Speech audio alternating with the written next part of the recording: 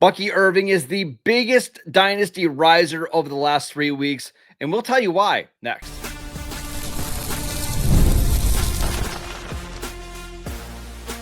You are Locked On Dynasty Football, part of the Locked On Podcast Network. Your team every day.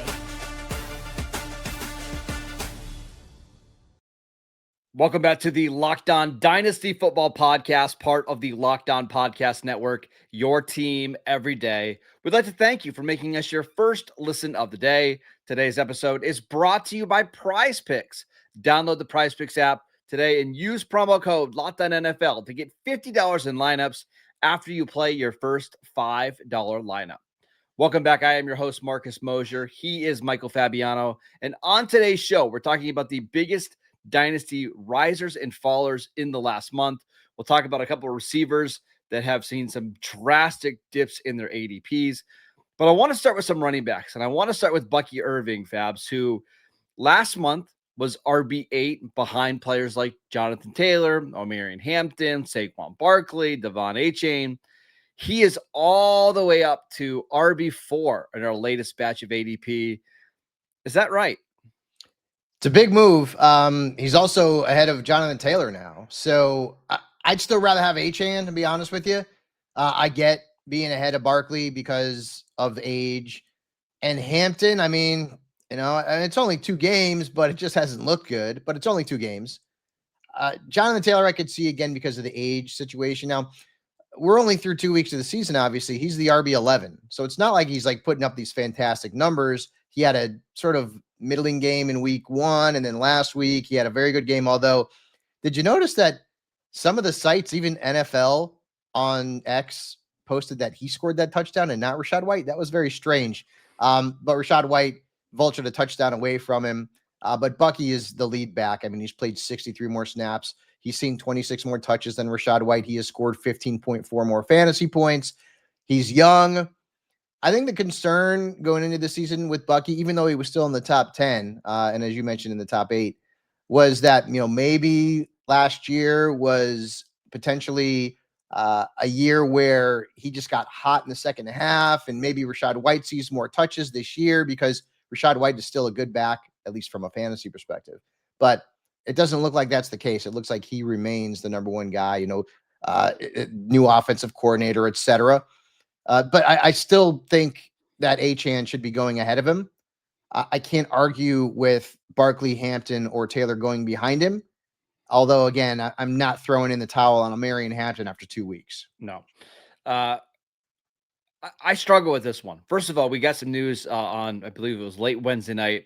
Cody Mock, their standout guard, he's going to miss the season with a knee injury. You are already without Tristan Wirfs. Hopefully he comes back in the next couple of weeks. Luke Gadecki, their right tackle, who they just paid a ton of money, he left the game with a foot injury. Now, it's not supposed to be a season-ending thing, but he's going to miss multiple weeks. And I think that's the concern here, at least for this season, is what is the state of the offensive line for Bucky? He's not averaging a ton of yards per carry. I think it's like 3.6 or something right around that range. So he's relying a lot on the receiving production. We've seen some trades over the last couple of days, Fabs, of Bucky Irving getting traded straight up for like Saquon Barkley or O'Marion Hampton. We have a couple of trades of like Bucky Irving in a 2026 first and Sam Laporta. I love Bucky Irving, but I'm struggling thinking that he's a first round pick in startup drafts. I think I would just prefer taking a receiver over him, but I have a hard time putting any other running back outside of Bijan, Gibbs, and Genty ahead of him right now. Right. It's the age and the upside, that we're talking about. Obviously, the Buccaneers have major questions in terms of the offensive line, at least in the very near future here this season. But explosive back who was very, very productive in the second half of last season.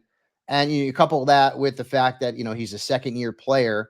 And yeah, I'm surprised that he's moved up. I mean, it's only a 4-spot move, but I'm still surprised that he's moved up. It's not like he has started the season off phenomenally, and it's like, oh my gosh, look what I get. I think it was more of Hampton dropped, and Barkley. I don't ever think Bucky should have been picked behind Barkley because Barkley's, 28, 29 years old. So, and Jonathan Taylor, I can see both sides of the argument.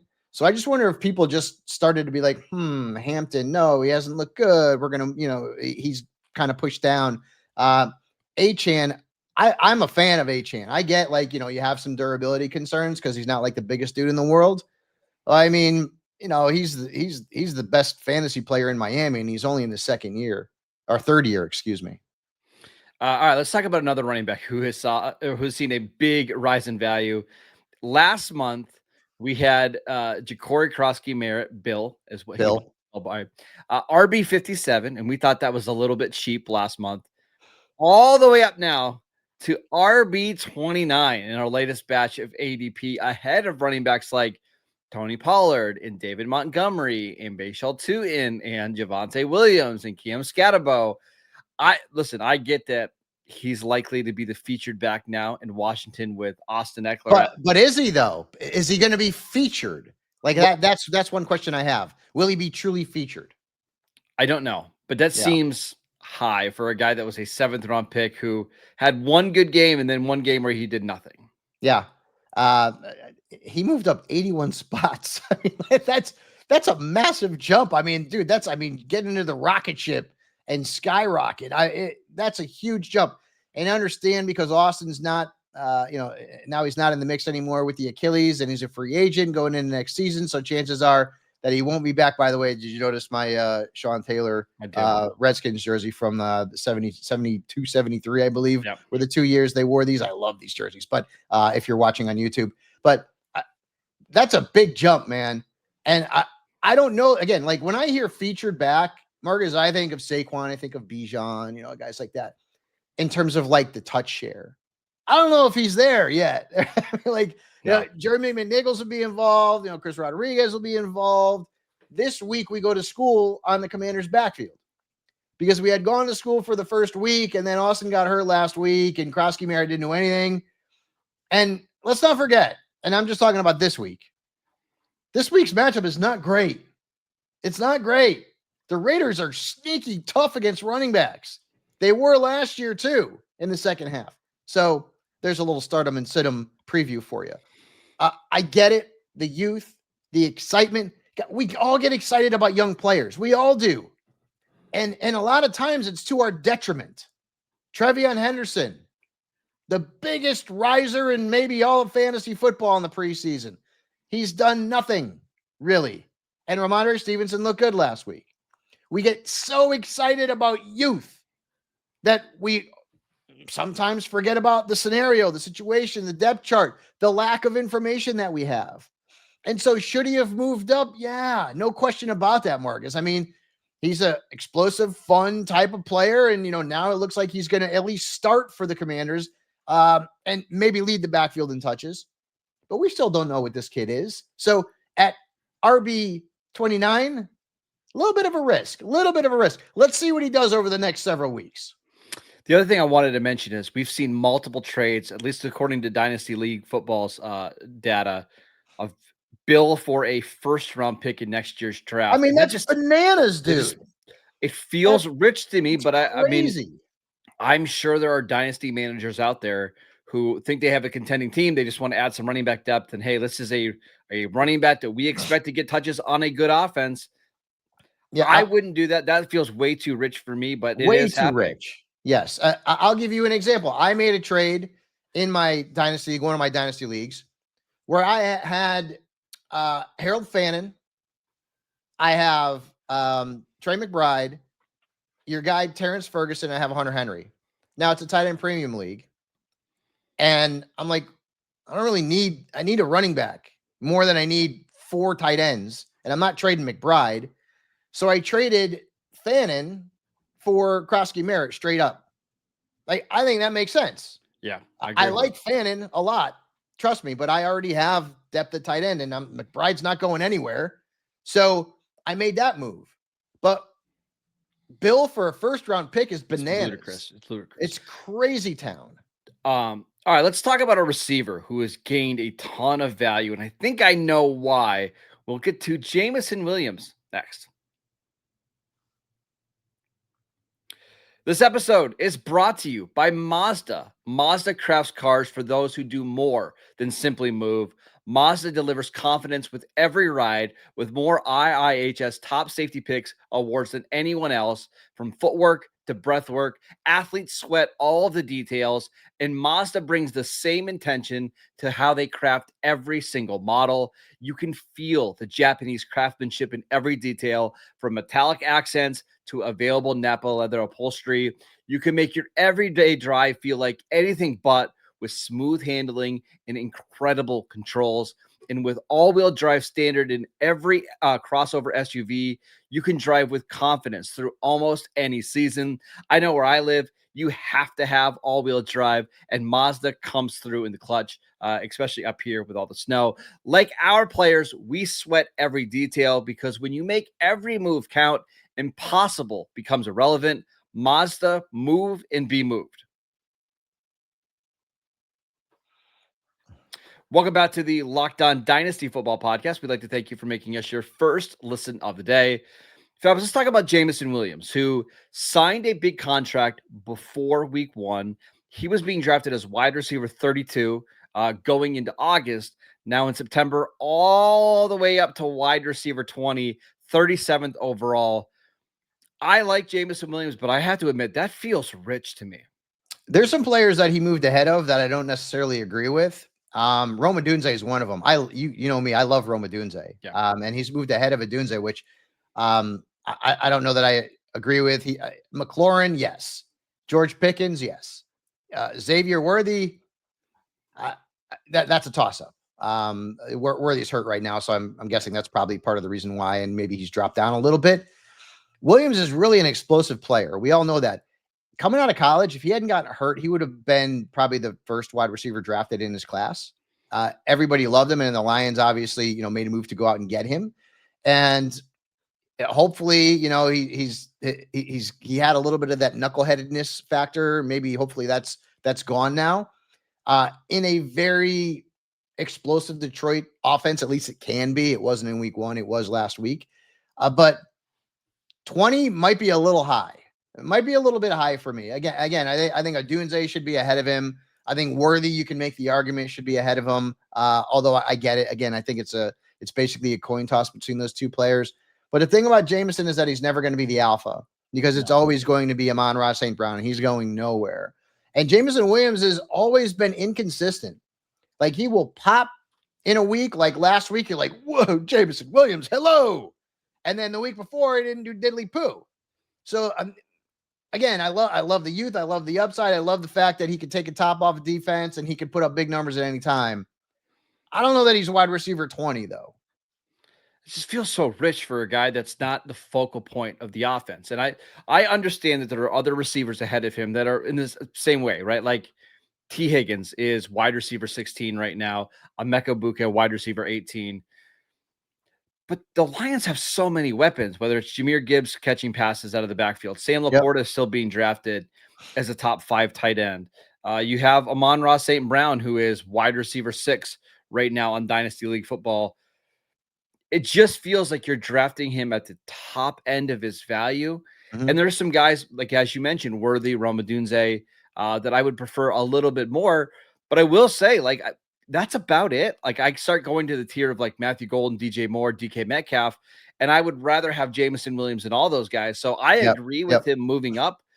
I just think we're at the top end of where he should be. Yeah, I don't know in Dynasty that he'll reach any higher in terms of his rank. I don't think he will. So, I mean, if you're a Jameson Williams manager, you might want to float him out there and see if you can get some value for him, considering that he's, wide receiver 20 now. Well, let's run through a couple trades that have just happened over on Dynasty League football. Jameson Williams for a 2026 first round pick. Would you do that? Yeah. You'd rather have the first round pick, or would you have Jameis? Rather have the first round pick. Okay. Jameis. Ooh, this one's interesting. Jameson Williams and Travis Hunter for AJ Brown. Ooh, no, I don't. Bro, that happened this morning, by the way. I am scared of AJ Brown right now. Okay. I am scared. We're going to talk about that. All right. Jameson Williams for George Kittle and Rashad Bateman. No, I'd rather have Jameson Williams. Okay. Jameson Williams and Jaden Reed for Alvin Kamara and Trey Tucker. No, I'd still rather have the Williams side. So maybe the thing is while he's being drafted this high, the value hasn't seemed like it changed all that much in trades. Maybe he is more affordable than what we think. Well, he did go for a first in one of those trade scenarios. But I don't think that's ridiculous, though. A top 20. No, I get it. I get it, but I think that's what I'm looking for. And I don't know that I would have been able to get a first for JMO prior to that. Okay. Again, like as you mentioned, as I said, I mean, he's not the alpha. He's never going to be the lead guy, with Amon-Ra St. Brown there. And so I'd rather get that first round pick. I do want to mention one other receiver that has had a big increase in dynasty value. And this is one that we predicted a couple months ago. Amecha Ibuka has moved from wide receiver 22 to wide receiver 18. Well, again, that doesn't seem like it's a big jump. You are going from 42nd overall all the way up to 31st overall. So you're basically jumping a full round. Mm-hmm. And honestly, I'm looking at some of the receivers, Fabs, that are being drafted ahead of Ibuka, Garrett Wilson, T. Higgins, even someone like Marvin Harrison Jr. And I'm wondering if he shouldn't be higher. I said it earlier in the offseason and into the preseason that there is a world where Emeka Egbuka is the number one wide receiver for Tampa Bay from a fantasy perspective as early as next season. I might have been wrong. It might be this year. It might be this year. Mike Evans has not really done much so far. Baker loves him. By the way, just real quick, I love watching Baker Mayfield play football. Holy crap. I love it. I'm so happy that he got out of Cleveland and those other messes and he's in a good spot. Anyways, Baker's not going anywhere. Ibuka's a rookie, obviously. And maybe I, was a little bit too conservative and thought, well, maybe year 2, he'll be the guy. He may be the guy this year. We don't know when Chris Godwin's coming back. And what is Chris Godwin after multiple surgeries on that ankle after that gruesome injury he suffered last season? So I've always been high on Ibuka. Maybe I wasn't high enough. And this is what we talked about. We used the CeeDee Lamb example when the Cowboys drafted CeeDee Lamb in the first round, I think at pick 17 during that 2020 draft. They already had Amari Cooper. They already had Michael Gallup. CeeDee Lamb was being drafted as a borderline top 20 receiver. And then you get into the games and you watch these guys play and you can just see this guy is going to be a superstar. And again, I don't want to compare Ibuka to CeeDee Lamb, but you can already see he's the best receiver on this team. I love Mike Evans, but Mike Evans looks pretty old out there, right? And maybe things get better as the season goes on. I think the Seattle comparison is the perfect one with Jackson Smith and Jigba, who joined that team behind DK Metcalf and Tyler Lockett and showed some flashes here and there as a rookie, but didn't pop until his second year. And now he's clearly the number one guy. Although Ibuka looks better than JSN ever did during his rookie season. Listen, brother, I love him. I am a huge fan. So. All right. Let's talk about two receivers who had some massive falls in their ADPs over the last month. We will get to DeVonta Smith and Tyreek Hill next. This episode is brought to you by 5 Hour Energy. Caffeine just got a flavor upgrade. 5 Hour Energy shots deliver tasty caffeine in 17 bold flavors. Each 2-ounce shot packs the caffeine of a premium 12-ounce cup of coffee, plus B vitamins and nutrients with 0 sugar and 0 crashes. What I love the most about 5 Hour Energy is how portable they are. Big taste, tiny shot. You can take it wherever you need that extra boost to get you through the day. For me, I put a couple in my golf bag because there's a lot of times you get to that 13th, 14th hole and you're just dragging a little bit, and 5 Hour Energy can help you get through the round. I love how fast it kicks in, and it's sugar-free, so you don't have to worry about all the crashing later when you get home. Enough with boring, flavorless caffeine. It's time to give your caffeine a flavor upgrade with 5 Hour Energy shots. Get the favorites that you love, or be bold and try something completely new in-store and online at 5hourenergy.com or Amazon today. This episode is brought to you by Prize Picks, the daily fantasy app where making the right call can actually pay off. You and I make decisions every single day, but on Prize Picks, being right means cashing in. And with football back, Prize Picks is the simplest way to get in on the action. Just pick more or less on 2 to 6 player projections, and you can turn your takes into real prizes all in less than 60 seconds. I love checking projections for tonight. Josh Allen, more or less than 270 passing yards. Like, I think he's going to throw all over this Miami defense. That's one of the ones that I love. So go download the PrizePicks app today and use promo code LOCKEDONNFL to get $50 in lineups after you play your first $5 lineup. That is code LOCKEDONNFL for $50 in lineups after you play your first $5 lineup. PrizePicks, it's good to be right. Welcome back to the Locked On Dynasty Football Podcast. We'd like to thank you for making us your first listen of the day. The NFL season is here, so make your second listen the Locked On NFL Podcast. We've got 2 episodes every single day, one in the morning with Tyler Rowland, one in the afternoon with Tony Wiggins. Find the Locked On NFL Podcast on YouTube or wherever you listen to your podcasts. All right, Fabs, let's talk about 2 receivers here that have had some big falls in their ADP. I want to start with DeVonta Smith because it wasn't that long ago DeVonta Smith was being valued as a top 18 receiver. He was wide receiver 20 in August, but man, he's falling down to wide receiver 28. And honestly, I don't know if that's far enough. The Eagles passing game it's befuddling. I don't understand what's going on with it through 2 weeks. When you look at the numbers, so after 2 weeks, you look at Smith with 9 targets after 2 games. Last year, he had 18 after 2 games. A.J. Brown, 9 targets after 2 games this year. He didn't play in one of the first 2 games last year, but in that one game he played, he had 10 targets. Mm-hmm. Like, I don't know what's up with Philadelphia's passing game. I know what's up.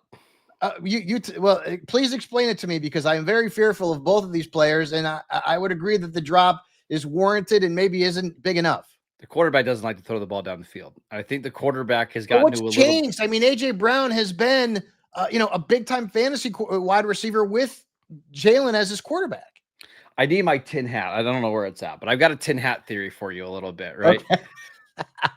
There became a point in Aaron Rodgers' career where he really started to care about his touchdown to interception ratio and his passer rating, right? And where he just ended up being so risk adverse that he wasn't going to push the ball down the field unless it was on a free play, right?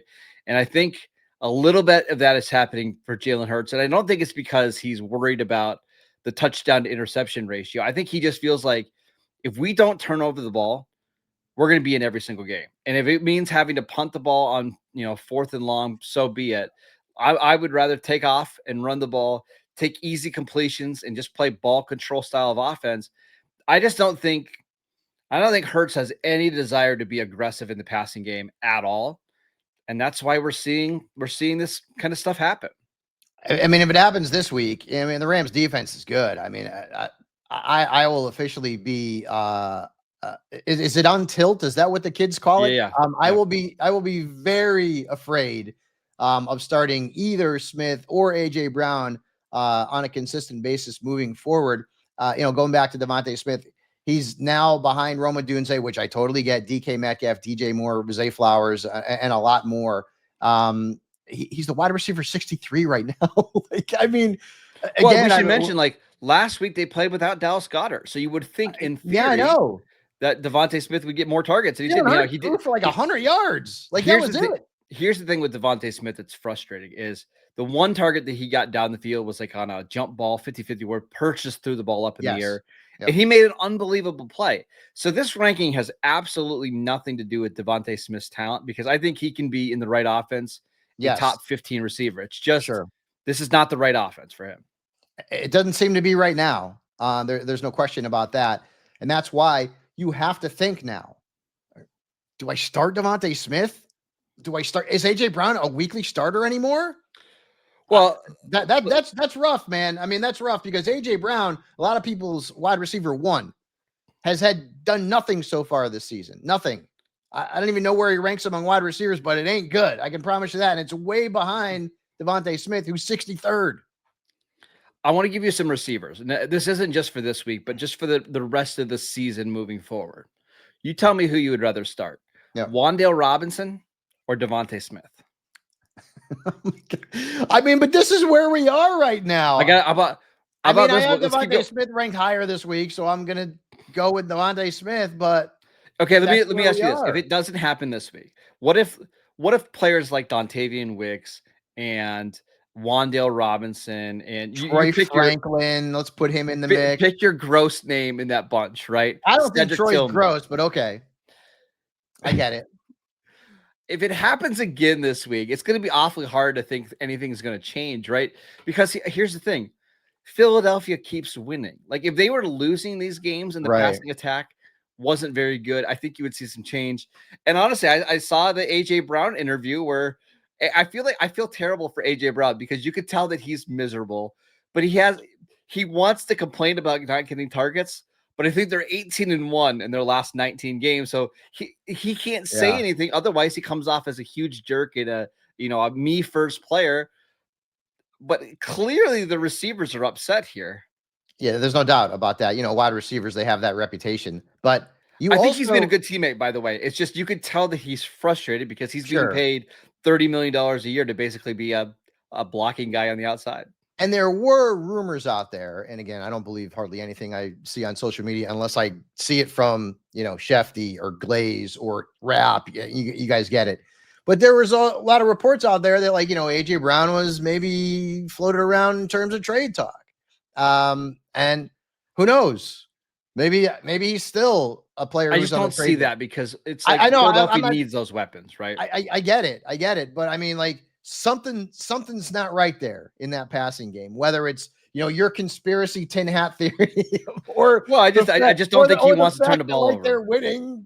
I know without using him that much. I think Jalen Hurts has just come to the realization like, hey, I'm just not going to ever turn the ball over. And as long as I don't turn the ball over, our talent's going to win out.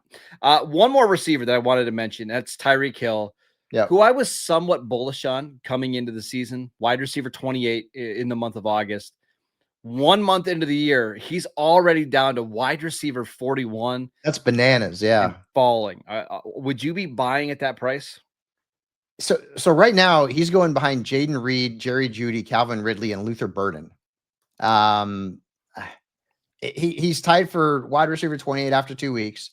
He leads the Dolphins in targets right now with 13, but after 2 weeks last year, he had 18 targets. Yeah. And I think another reason why people are starting to get out of the Tyreek Hill business, a lot of reports about some bad stuff going in the offseason. We all know Tyreek Hill has that reputation. We've also heard about, our team's interested in maybe trading for him. I don't know because he could be a headache and he has been. And so I think that part of it also factors in. So it's that lack of production.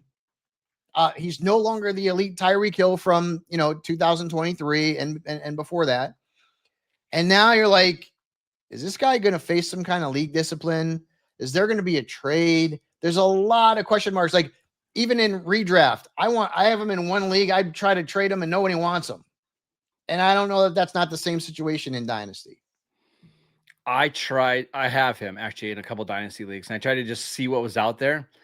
No interest, no nibbles, even not really at all. Right. I think people are so scared by the situation. And honestly, we've got a game tonight between the Bills and Dolphins. I think tonight's going to tell us a lot. Like if Miami goes out there and just stinks up the joint against Buffalo, who's going to be without Ed Oliver, their best defensive player, Matt Milano, their best linebacker. And if they can't score, I think people are going to be completely out on this Miami offense. But because it's a standalone primetime game, if Tyreek Hill has a big game and the offense looks functional, I wouldn't be surprised to see that value go up a little bit.